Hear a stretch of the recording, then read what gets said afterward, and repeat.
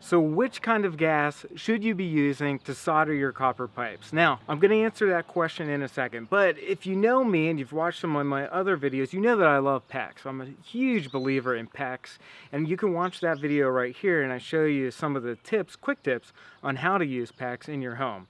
But for today, which gas should you use? Well, it's MAP gas, and I'm going to show you why here in a second. Don't get me wrong, propane will definitely work. I almost thought I was dreaming this up, but it's called Fat Boy, and it is big.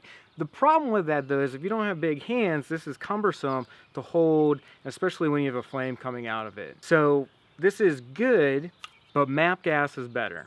I also like the fact that you can get an automatic starter for MAP gas. You can find these at your local home store. You just turn it on and off. So this is on, you just press it, and it turns on. I know it's hard to see because it's bright outside today, but trust me, this is on and this is off. So just some general principles before I show you the MAP gas. When you cut copper pipe, you need to deburr the inside. This is a Ridgid No. 15 tool. This is the deburr on it, just a triangular shape. You need to deburr the inside here and remove all of those.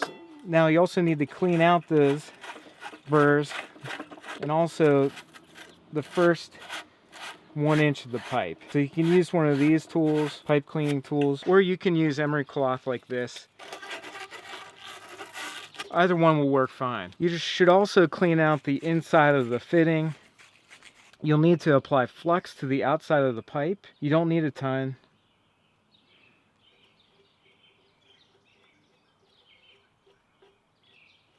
You also need to flux the inside of the fitting.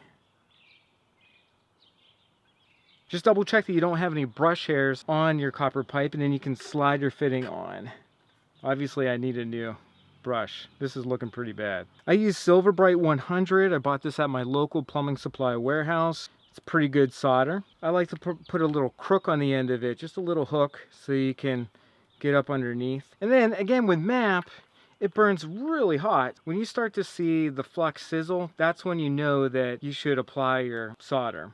What I like to do is heat up the pipe first for about 2 to 3 seconds and then place my flame directly on the back of any joint. That way, when you heat that up, the solder will be drawn into the joint because of the flux. And as you can see here, the solder melted really quick because of the heat of the MAP gas. And that's the general way in which I like to solder.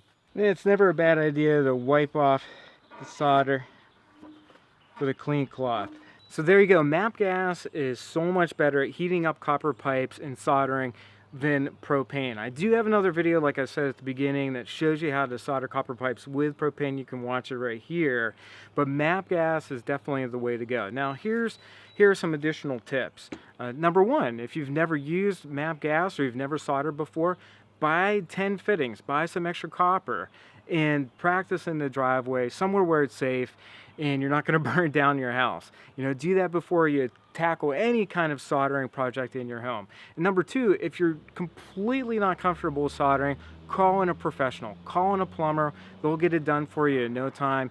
It will cost you some money, so make sure you save up for whatever project that you're working on. But if you're not comfortable, call in a professional, all right? So stay safe whenever you're soldering in your home. That's my number one tip for you. Now down in the comments, let me know.